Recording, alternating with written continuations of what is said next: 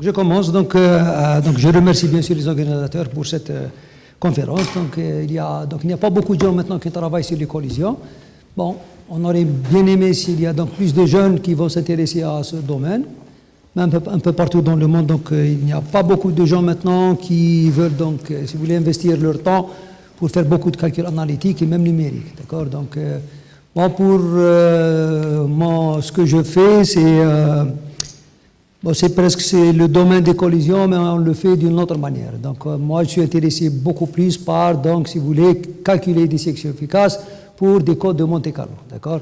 Ça, c'est très important. Donc, qu'est-ce qu'on fait? Donc, on prend les modèles qu'on a, on essaie de les développer et de les améliorer. Donc, le challenge maintenant, c'est les basses énergies. D'accord? Donc, on s'intéresse beaucoup à ça. Ensuite, qu'est-ce qu'on fait? On essaie de confronter ce qu'on calcule par rapport à l'expérimental.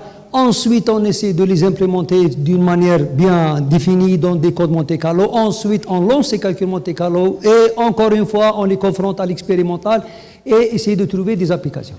Alors, donc ça fait donc à peu près 30 ans que je produis des sections efficaces. Donc, aujourd'hui, je vais vous dire où est-ce qu'on est arrivé. Donc, le titre est donc qu'il parle de ce qu'on appelle l'ADN, DNA.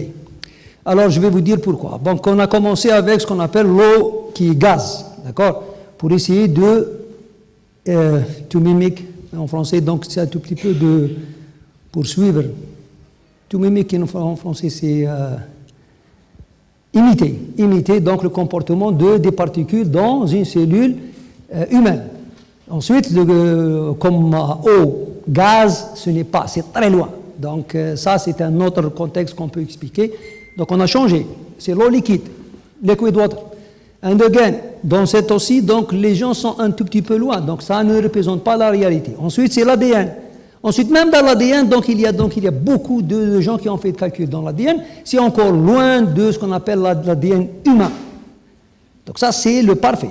On est en train de tendre vers ça. On n'a pas des expériences qui utilisent l'ADN humain. D'ailleurs, ça fait 2018, 2019, on commence à voir, il y a comment on appelle ça, des petites boîtes qui essaient de fabriquer, d'accord, de l'ADN humain. Ils le tirent de quelques cellules, donc souches, et on essaie donc de trouver, si vous voulez, faire de l'expérience. Ensuite, encore un autre problème, c'est toujours in vivo et in vitro. Donc ça, c'est un grand problème. Si vous allez prendre l'ADN de quelque chose et vous faites des expériences, donc vous l'avez, si vous voulez, qu'est-ce que vous avez fait? Vous avez fait une grande différence des conditions réelles de ce qui se passe, d'accord? Donc c'est un grand problème. Alors, nous sommes maintenant là, donc moi j'ai fait des calculs dans l'eau pendant très longtemps. Maintenant, donc ça fait quelques années, on est intéressé dans l'ADN. Et la principale motivation, où est-ce qu'il est? Motivation, c'est que donc... on a commencé, je pense, 2012-2013 à travailler dans l'ADN. Et la première partie, c'était de calculer des sections efficaces élastiques. Ça veut dire sans perte d'énergie. Et donc, on a terminé ça en 2019. Donc, on a presque une base de données qui est vraiment, je dirais, complète. Et on a publié quelques travaux. On est satisfait parce qu'on peut, si vous voulez, on peut donner les sections efficaces pour les gens qui font des calculs Monte-Carlo de ce que vous voulez, qui couvrent les énergies qu'ils veulent. D'accord? Alors, maintenant, pour les sections efficaces avec perte d'énergie, d'accord? Et c'est ce qui fait donc l'objet de ce que je vais vous présenter. Alors maintenant, je vais vous parler d'autre chose. Je vais vous présenter quelque chose qui est un peu différent. Ce n'est pas un calcul analytique, d'accord, direct, ce qu'on appelle calcul direct analytique. Non, non, on le transforme sur une autre physique. Donc, il y a beaucoup de physiciens donc, qui sont maintenant dans ce domaine depuis peut-être les années 83 à peu près. Ça a commencé avec une expérience très simple. C'est que quand vous excitez donc un corps, vous avez donc une réponse, avec des photons, bien sûr. D'accord? Et vous allez utiliser ça pour essayer de décrire les propriétés de votre milieu, qui sont ce que je suis en train de vous présenter. Ce qu'on appelle le libre parcours, inelastic free path, unstopping power. Ça, c'est deux quantités très importantes. La première, elle est reliée à la section efficace, si vous voulez, de transport, les distances. La deuxième, c'est la perte d'énergie. Donc, quand vous avez une interaction, vous avez deux parties qui sont distinctes.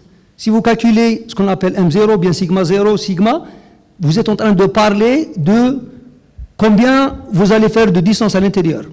Si vous parlez de stopping power, qui est une moyenne, et vrai stopping power, ça veut dire que vous êtes en train de voir la perte d'énergie et la moyenne. Ok? Ça, c'est en gros les deux quantités qu'on voudrait confronter chaque fois qu'on fait des modèles pareils. Alors maintenant, on revient au problème de DNA. Pourquoi DNA, dry DNA? Ça, c'est la réalité. Dry DNA, je vais parler de ça juste après pour vous montrer qu'est-ce qu'il y a maintenant en réalité et qu'est-ce qu'on peut faire comme calcul avec l'ADN. Ensuite, je vais vous présenter ce qu'on appelle le formalisme diélectrique qui nous permet de calculer les sections efficaces. D'accord? Ensuite, c'est normal, je vais vous présenter quelques résultats avec des comparaisons avec ce qu'il y a qu'on publie, la littérature.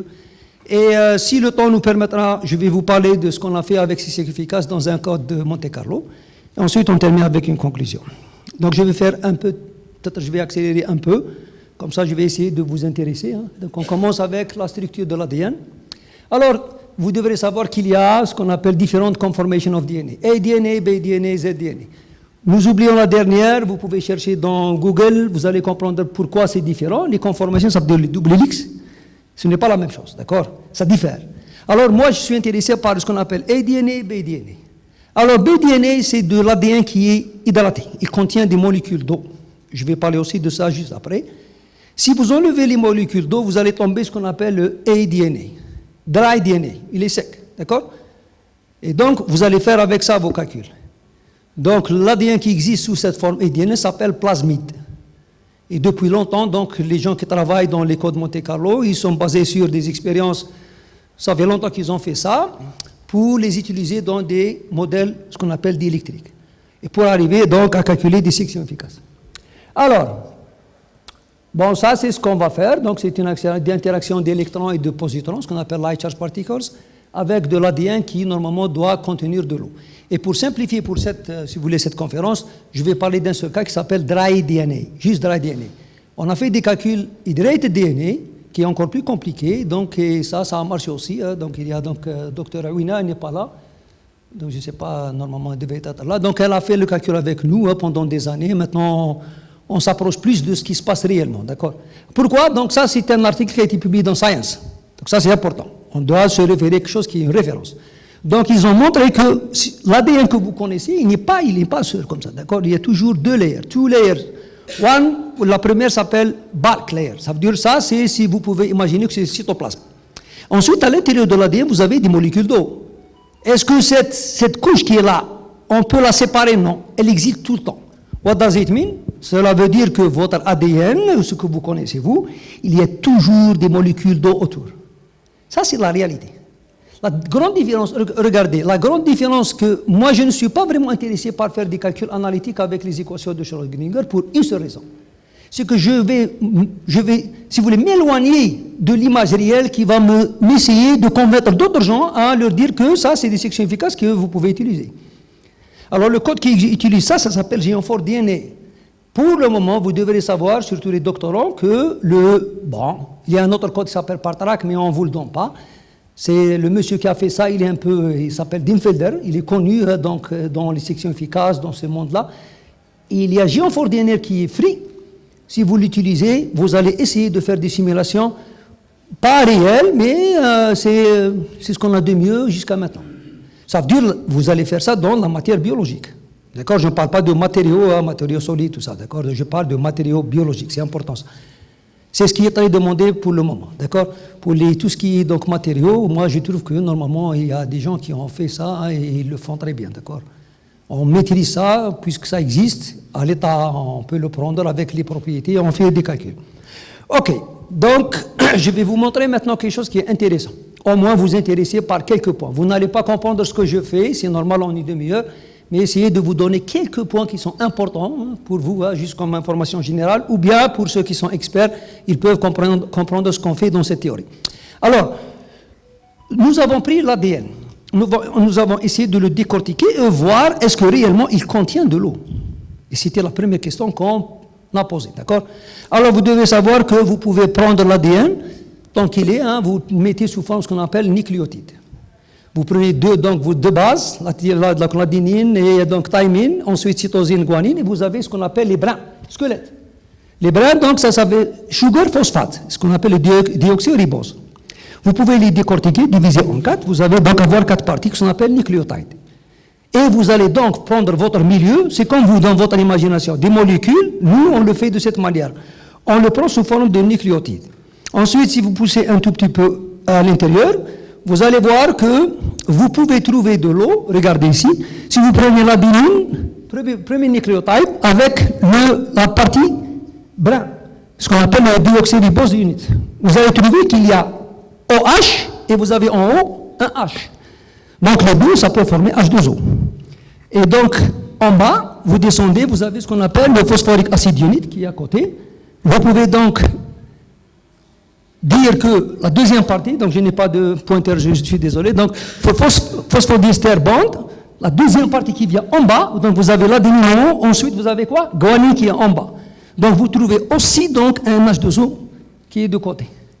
Donc ça fait, si vous prenez la troisième partie, vous allez avoir troisième nucléotide, vous trouvez qu'il est commun H2O, OH, H, commun entre les deux. Donc ça fait combien? Ça fait 1, 2, 2 H2O, plus, puisqu'il est commun entre les deux, half, ça devient demi. OK? Et ça vous ne pouvez pas l'enlever. Ça veut dire, quel que soit l'ADN, sous forme le plus simple, il y a toujours 2.5 water molecules inside. Ça, c'est très important. Ça, c'est basique. Alors, les gens, quand ils ont fait ces travaux, ce que j'ai montré comme article dans Science, ça devient donc encore plus compliqué.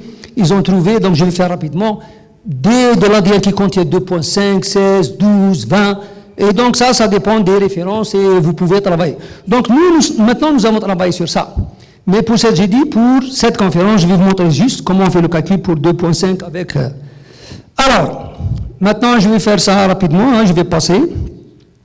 C'est une autre représentation de nucléotides sous forme de THF, TMP. Je sais qu'il y a des gens de TISI qui ont travaillé sur ça.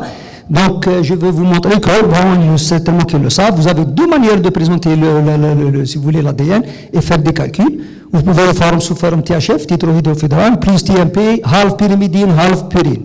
Ou bien vous allez prendre directement les bases, vous allez mettre ce que j'ai montré. Pour nous avons fait les deux. Maintenant, on fait les calculs sur les deux. Comme ça, quand vous comparez, donc vous avez plus de... On arrive maintenant à ce modèle-là, d'accord? Alors, pour les gens qui ne le savent pas, vous pouvez faire des calculs avec high charge particles, high energy, les ions de carbone, les ions lourds, dans des cibles. On va dire cellules biologiques, de l'eau, ce que vous voulez, l'ADN. Ça, c'est les codes qu'on utilise, c'est maintenant qui est très à la mode, ce qu'on appelle FVP, Fermi Virtual Photon Model. D'accord? Moi, j'ai fait ces calculs-là pendant des années. Et pour ce qu'on fait maintenant, light charge particles, électrons, on utilise pour notre labo, dans le groupe, c'est Full Pell Model. Alors, c'était un modèle qui m'a vraiment, donc j'ai trouvé qu'il était excellent, donc je l'ai essayé de l'utiliser depuis que j'étais doctorant. Ensuite, donc j'ai vu que je pouvais faire beaucoup de choses et donc on est arrivé à ça. Alors, inelastic model, c'est très simple. Je vais relier l'inverse de ce qu'on appelle section efficace ou bien inelastic memory path à une quantité qui est très connue, ce qu'on appelle la partie diélectrique de votre milieu. Imaginary minus 1, ça veut dire l'inverse de la fonction diélectrique. C'est ça le modèle, il est très simple. C'est Pines en 63 qui a découvert ça. Et ensuite, il a donc essayé d'encourager les gens qui font l'analytique donc à, si vous voulez, verser dans cette théorie. Elle est exceptionnelle, pourquoi? Regardez, comme vous dites, les théoriciens ils comprennent ça, par exemple, ça, là, tu regardes ça, c'est très simple. Si tu as un milieu, quand tu l'excites, tu es certain que, avec un formalisme diélectrique, tu peux directement donc aller vers les constantes diélectriques du milieu et donc vous allez les mesurer. Si vous avez ces constantes, vous remontez à imaginary et vous intégrez, vous allez tomber dans ce qu'on appelle l'inverse de la section efficace. Donc ça, c'est la philosophie de si vous voulez, ce formalisme. Alors les détails, je ne veux pas vous parler, donc ça devient quelque chose, un domaine. Parce que il faut que vous soyez certain de ce que vous faites, d'accord?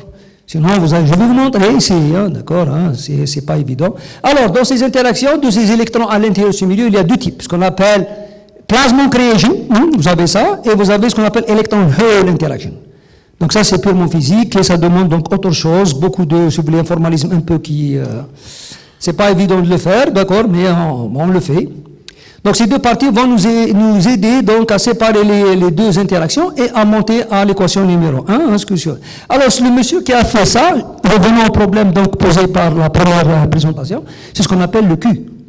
momentum transfert, on appelle ça, c'est momentum transfert. L'électron, il n'a pas l'énergie juste, la perte d'énergie, il a aussi Q.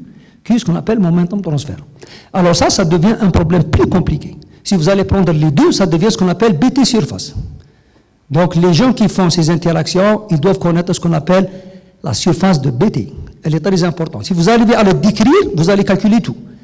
Donc, rapidement, c'est Lindhardt qui nous a fait ça. Il nous a montré qu'on peut remonter à cette fonction d'électrique epsilon L, Lindhardt, en utilisant un formalisme bien déterminé en électrodynamique. Si vous allez à cette théorie, vous pouvez le comprendre, c'est facile, le papier il est là, il est excellent, il est connu, hein, Lindhardt.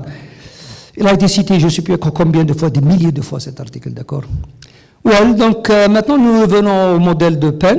Bon, j'ai essayé un tout petit peu, pas beaucoup, je ne veux pas mettre beaucoup de théories. Qu'est-ce qu'on fait? Regardez.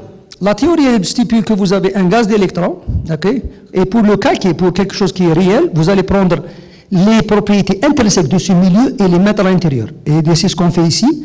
Dans cette intégrale, dans cette fonction, ce que j'ai appelé Bell, surface, c'est pas difficile, nous avons les constantes expérimentales du milieu. Ce qui rend votre théorie, elle est pratique. C'est très important. Ça veut dire que vous allez sortir de ce que vous faites. Si vous faites la théorie, c'est difficile de dire que je suis en train de faire quelque chose réellement sur un milieu. Il vous faut quelque chose. Qu'est-ce qu'on fait? Donc, c'est ce qu'on fait. On prend les propriétés électriques du milieu, on les injecte à l'intérieur d'une théorie qui est presque ab initio. OK? Alors, voilà, donc vous avez cette fonction-là qui concerne les constantes d'électrique du milieu, ça s'appelle Optical Directive Function, et vous avez à calculer ça tout seul. Alors, qu'est-ce qu'on fait? Optical Directive Function de dry DNA, on se base sur une expérience, par exemple ici, j'espère que c'est bas, bon, epsilon, c'est epsilon 1, epsilon 2, ça, si vous connaissez ça en optique, d'accord? Vous avez les constantes d'électrique que vous pouvez calculer à partir de N et K, l'Extension et Refractive Index, et vous remontez à epsilon, ensuite vous remontez à epsilon 1 et remontez à epsilon 2, ensuite imaginary de moins 1 sur epsilon. Alors, ça c'est pour Q égale à 0, 0 momentum, ok? Pour non-zéro momentum, vous devez utiliser ce qu'on appelle Lindhardt théorie, je vous ai montré, ok? Alors, pour l'expérimental, donc nous avons une expérience concernant dry DNA. Donc c'est l'expérience, elle est très connue, en 1974, c'est des scientifiques, Inagaki, ils ont fait des expériences pour avoir un cas de l'ADN dry. Donc ça c'est vraiment fort. Ensuite, nous on utilise ça pour remonter à notre théorie, d'accord? Alors, bon, c'est la partie là où vous avez une réponse des électrons de valence, c'est très important. Ensuite, pour vous, le reste c'est à vous de le calculer pour les autres couches, K, L, M, N, d'accord? Alors, dry DNA, cette fonction, donc elle est représentée ici par imaginary de moins 1 sur epsilon. On arrive donc à la calculer. Present work, on la compare à d'autres travaux, de Vera 2013, à Ebril, c'est des Espagnols. Ensuite, on remonte à to extend, ça veut dire qu'on va généraliser de 0,82, ensuite de 82 à l'infini. Ça veut dire que la couche K, par exemple, de l'ADN, elle contient du phosphore, elle contient du carbone, les couches K, L, M de chaque atome. Il faut donc qu'il soit à l'intérieur. Alors, qu'est-ce qu'on fait? Ça, c'est très intéressant. On utilise des outils théoriques qui existent, des bases de données, pour intégrer. Donc, pour nous, nous avons calculé ça. Bon, je vais vous dire, si vous voulez donc inclure les couches K, L, M des autres atomes, ça veut dire que votre comportement de votre ADN, il devient atomique. Si vous allez entrer dans la gamme 0, par exemple 100, ça devient valence, la réponse des électrons de valence, et ça devient quoi? Une couche qui, on va dire, pas atomique, mais moléculaire, ou bien du solide. Ça veut dire que vous allez avoir une bande. C'est ce que vous faites en physique du solide, théorie des bandes. Ok? Alors, on le fait, donc on va ajouter les sections efficaces de tous ces éléments-là. Les atomes, je vais vous donner la formule chimique, voilà. Donc ça, c'est dry DNA, il contient 20 carbones, H27, N7, O18 ou bien 13. 13, oui, je ne vois pas bien, P2. Et donc, vous allez utiliser des bases de données pour essayer de, vous les fabriquer, hein, c'est comme une usine. Vous allez essayer de construire votre dielectric function, ok? Ça devient un travail minutieux. Alors, il est assujetti à des règles, ce qu'on appelle les règles de sommation. Ça veut dire que vous ne pouvez pas le faire d'une manière ou d'une autre, mais vous êtes en train de faire ça avec des choses qui sont bien précises. Alors ça, c'est ce qu'on appelle Generalized Oscillator Strength, GOS, pour les gens qui utilisent la théorie des collisions, ils savent c'est quoi GOS, Generalized Oscillator Strength, c'est la réponse de votre milieu pour les couches KLM, d'accord? En général.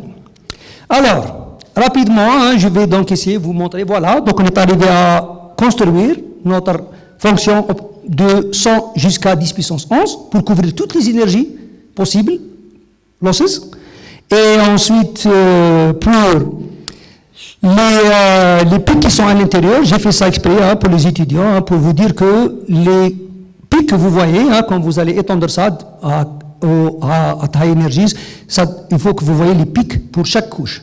Par exemple, le carbone, KHL, c'est 2,85, il faut qu'il soit bien précis. Ensuite, vous passez à la couche de phosphore, vous avez 2 couches de L pour le phosphore et la couche K. Ça veut dire qu'il faut que tout soit inclus, sinon vous allez faire une erreur. Donc, simple, si vous voulez, application d'un utilisateur, il va rapidement savoir que vous avez omis quelque part des couches, d'accord? Donc, je vous garantis ici qu'on a inclus toutes les couches de l'ADN, ok? Ok, donc ça, c'est important. Well, some rules. Je vais juste rapidement vous montrer ce what does it mean. Donc, some rules, c'est des règles que vous devrez. Donc, quand vous dites que j'ai construit le spectre, si vous voulez, réponse optique ou bien ce qu'on appelle d'electric function de votre milieu, l'ADN ou bien de la molécule d'eau, ce que vous voulez, il faut que donc vous utilisez ça. Par exemple, le Gauss, Generalized Oscillator Strength, quand vous l'intégrez, il est connu par tous les physiciens, il faut qu'il soit égal au nombre des électrons Z. Ensuite, Z effectif. Ça, vous avez notre expression.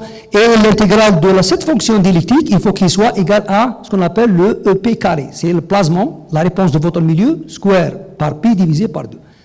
Quand vous faites ça, si vous arrivez donc à, si vous voulez, à un bon compromis, vous dites que oui, je suis arrivé à avoir donc un bon, si vous voulez, une bonne fonction d'électrique et vous allez commencer à calculer ce qu'on appelle les inelastic mean free path. OK? Alors, ça, c'est des tests. Donc, Z pour le dry DNA, c'est Z330. Nous avons trouvé 328. C'est proche. Pour les électrons de valence, c'est 231. Normalement, c'est 230. Et pour le Z effectif 96, il est à 97.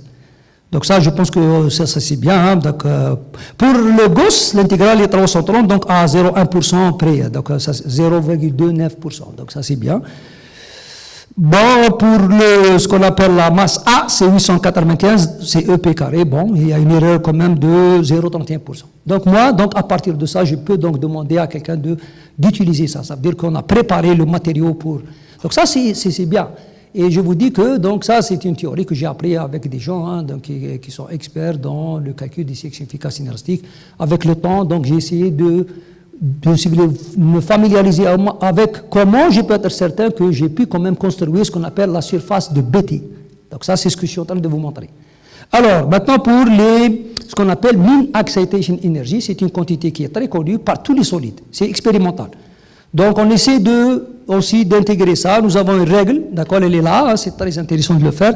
Si vous arrivez donc au moins à confronter l'expérimental ou bien quelques travaux, ce serait bien. Donc ici aussi, on a essayé d'être, si vous voulez, en diapason avec 2 travaux qui existent déjà donc, dans la littérature. Alors, inelastic mean free path, donc nous avons intégré, quand vous êtes sûr de cette fonction d'électrique, maintenant vous passez donc à vos intégrales, vous intégrez sur le moment de transfert, Q, n'oubliez pas, Q, vous avez Q min, Q max, qui va régir, si vous voulez, l'espace de votre intégration, d'accord, et vous avez ensuite les énergies W, ce qu'on appelle H bar W, c'est la perte d'énergie. De votre, si vous voulez, pour l'électron, c'est toujours E sur 2, hein, d'accord, positron c'est E, proton, vous trouvez E max, carbone ion c'est E max, ça c'est cinématique, d'accord, il faut chercher donc ces équations-là. Well, donc là, directement, je vais passer donc à ces intégrales qui vous donnent ces 2 quantités qui sont importantes et les utiliser pour des comparaisons. Rapidement, donc voilà, donc ça c'est un travail qui a été soumis maintenant, il est en soumission, hein, d'accord, nous avons comparé donc nos résultats. Bon, si vous êtes expert, je peux vous donner des détails, sinon, je ne vous cache pas, je n'ai pas beaucoup à vous expliquer, sauf si vous voulez vous intéresser. Mais pour nous, par exemple, je veux dire qu'il est important de comparer les modèles, ça c'est ACAR, chacun utilise, donc analytique par exemple, c'est ACAR, il utilise beaucoup donc les coéquations de Dirac et il cherche à l'intérieur donc le GOS, tout ça. Donc TAN, c'est un autre formalisme, d'accord. Garcia-Molina, ça c'est ce qu'on appelle le modèle de Mermin. Le modèle de Mermin, ça c'est aussi un modèle qui maintenant il est le plus fort au monde, d'accord. Avec ça, on calcule maintenant les sections efficaces que vous trouvez dans les codes, MCMP, Géant4, tout ce que vous voulez, d'accord. Et full pair modèle est aussi donc un des meilleurs codes. Il est très utilisé. Si vous allez utiliser NIST Databases, je ne sais pas s'il y a des gens qui utilisent ça dans les collisions, NIST Databases, vous allez dans ce qu'on appelle Inelastic Mean Free Path, vous trouvez qu'il est basé sur full pair model. Donc, ok. Alors, donc bon, pour jusqu'à 100, donc il ne faut pas qu'il y ait donc une différence. Pour des énergies inférieures à 100, je pense qu'il y a beaucoup de discussions. Hein, donc ça, s'il y a quelqu'un qui veut comprendre, est-ce que je peux faire des commentaires, ça... Dans tous les cas, on est très content hein, d'avoir ces résultats. Pour la comparaison avec ce qu'on a le modèle de Mermin, qui est quand même, j'ai dit, qui est très fort, il y a des gens qui ont dit que bon, la différence entre les domaines des deux modèles, elle est à 95%, dans beaucoup de matériaux. On est les premiers à montrer que de l'ADN, non, donc de 100 électronvolts jusqu'à 10 puissance 11, il n'y a pas de différence, ils sont égaux. Dans un article très récent, donc ils ont montré que l'inelastic mean free path in any material should be roughly 0.95 le inelastic mean free path.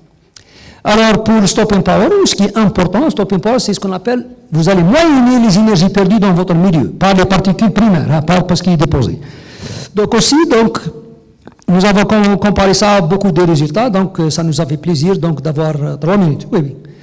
Donc, again, si vous avez aussi des questions, qu'est-ce que ça veut dire stopping power? Mais je vais vous dire, pour les gens qui font des collisions, hein, pour nous, si vous faites des collisions, vous devriez donc utiliser principalement ces quantités. Donc, quand je vous dis inelastic mean free path, je peux passer directement, donc, ça c'est aussi pour comparer électron-positron, d'accord? Again, pour les gens qui veulent donc s'intéresser au code Monte Carlo, quel est l'effet de positron par rapport à l'électron, je vous donne le résultat. Pour l'ADN, il est important jusqu'à 1 keV. Allez, rapidement. Maintenant, pour l'application, ça c'est Monte Carlo. Alors, on a pris les sections efficaces qu'on a calculées depuis 2011, plus ce qu'on a fait maintenant, plus l'ionisation, l'excitation. Et donc, on est arrivé donc, à avoir un code. Et ça, c'était ce que je voulais vous dire. Donc, vous allez prendre l'ADN hydraté. C'est ce qui est donc très demandé maintenant. Les gens ils sont intéressés par ça. Ils ne veulent pas avoir de l'ADN tout seul comme ça, dans une seule lit, ils ne sont pas intéressés. Ils veulent voir si vous êtes vraiment très proche de la réalité, d'accord? Ça, c'est important. Alors, pour le moment, nous n'avons pas encore... Donc, ça, on est juste donc la première phase. Je voulais juste vous montrer. L'ADN, donc, il contient 6,28, 12 et 20, d'accord? Donc, l'hélice, c'est 2 nanomètres. Et donc, on a bombardé donc, cet ADN avec des électrons. Et on essaie de trouver là l'énergie moyenne déposée, d'accord? Et donc, on est en train de démontrer déjà que l'effet d'ajouter des molécules d'eau, il est très important, surtout pour les basses énergies, d'accord? Je vais juste vous montrer quelques résultats. Par rapport à l'eau, par exemple, H2O, ici, 6,28, 12, et bon... Ça, c'est Box4. Box4, je ne sais pas si vous connaissez la Box4, c'est vous avez toujours donc rétrodiffusion de vos particules. C'est une quantité aussi, donc Betra, il a travaillé aussi sur ça. Donc, on essaie de donc, mesurer ça, il est important.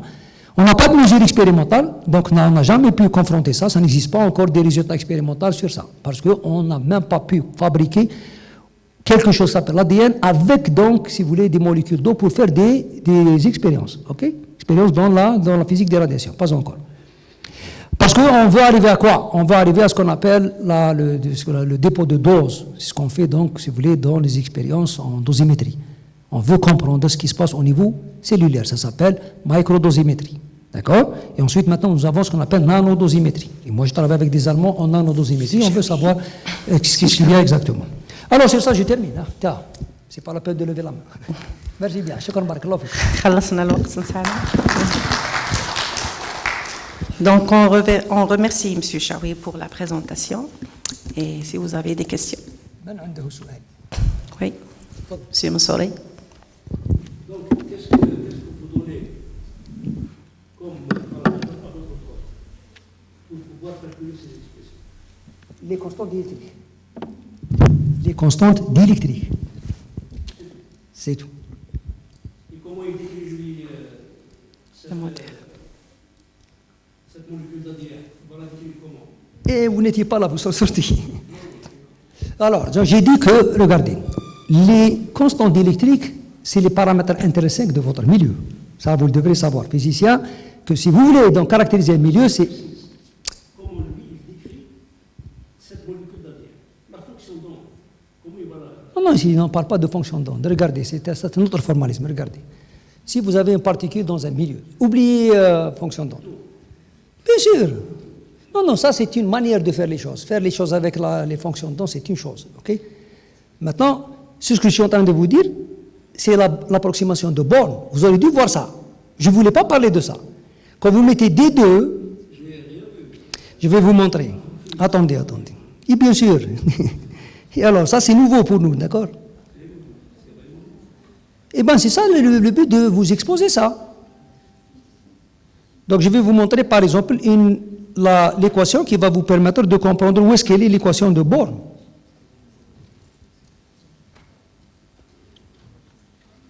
Alors, regardez ici. D2 lambda inélastique sur dq dw, ça c'est quelque chose que vous connaissez. Ok? C'est quand vous êtes en train de présenter sigma 3 ou la sigma 6 nombre. Ici, le nombre de variables, c'est 2. Nous avons momentum transfert plus l'énergie perdue. OK? OK? Maintenant, à l'intérieur de cette équation, vous avez cette quantité. C'est quoi ça? Imaginary de moins 1. Si vous allez écrire l'équation de Born, vous avez deux termes. J'espère que normalement vous pouvez voir ça avec moi. Vous avez le terme longitudinal et le terme transversal. Dans la matrice, ce qu'elle a présenté, elle a présenté, elle vous a dit, c'est une matrice. Ce que vous mettez, quand vous mettez sigma quelque chose égal, et vous mettez entre brackets. C'est quoi ça? C'est la matrice, ok? Cette matrice, elle est composée de deux termes. Un terme longitudinal et un terme transversal. Vous avez parlé de l'article de... Ah, vous avez vu ça? Ok, excellent. Ça, c'est la base des collisions. Le terme longitudinal, il permet dans le papier de Lindhard, ce papier que je suis en train de vous montrer, il vous dit que le terme longitudinal, vous pouvez, utilisant l'électrodynamique, arriver à la polarisation du milieu, champ électrique, déduire le terme, ce qu'on appelle la fonction d'électrique. Voilà la réponse. Fini. Maintenant, je vais vous faire plus que ça. Si vous voulez passer à des vitesses relativistiques, vous prenez cette matrice, vous prenez le terme transversal, et on doit l'inclure ici. Ça va faire quoi? Une théorie relativiste. Comme ici, je suis concerné par 2 électronvolts jusqu'à 100 keV, je ne suis pas à 500 keV, ni avec des ions de carbone. Avec les ions de carbone, j'ai fait ça, et j'ai introduit à l'intérieur le terme transversal. Donc c'est Born, toujours Born. Mais d'une autre manière. Et ça, c'est ce qui est bien. C'est ce que vous ne pouvez pas voir ça, parce que vous oubliez qu'on est en train de faire avec quelque chose qui est réel. On excite avec des photons un milieu, l'ADN. Quelle est la réponse? Ça, on l'a fait en physique. Si vous excitez un milieu, il vous donne la réponse. Si vous suivez la théorie, par exemple, de Fermi, ça s'appelle quoi? L'échange de photons. Entre le photon qui arrive et l'électron, qu'est-ce qui se passe? Il vous donne une réponse. De quelle bande? Est-ce que les gens en solide peuvent nous dire qu'est-ce qui se passe? Si vous excitez avec des photons, vous avez une réponse. Le spectre, si vous allez aux basses énergies, c'est quoi? C'est la bande qui est, par exemple, pour le silicium, elle fait KLM. Hein, d'accord? C'est la couche M. C'est une bande. Ça va faire un spectre. Si vous prenez ce spectre et vous l'utilisez avec cette théorie, ça va vous donner toutes les sections efficaces qui concernent quoi? La couche M. Ça veut dire quoi? Vous êtes dans la bande de conduction. OK? Maintenant, si vous voulez ajouter, je vous ai montré, si vous voulez ajouter des couches KL, vous devrez ajouter, quoi? Fonction hydrogénique. Vous avez travaillé certainement avec les fonctions hydrogéniques. Vous pouvez utiliser la fonction analytique, et je vous dis que la couche K de n'importe quel élément, je peux la formuler sous forme de fonction hydrogénique. Voilà, donc ça c'était quand même un aperçu sur cette théorie. Ça c'est nouveau, je vous dis, vous pouvez caractériser les matériaux avec cette théorie, c'est bien, hein, d'accord?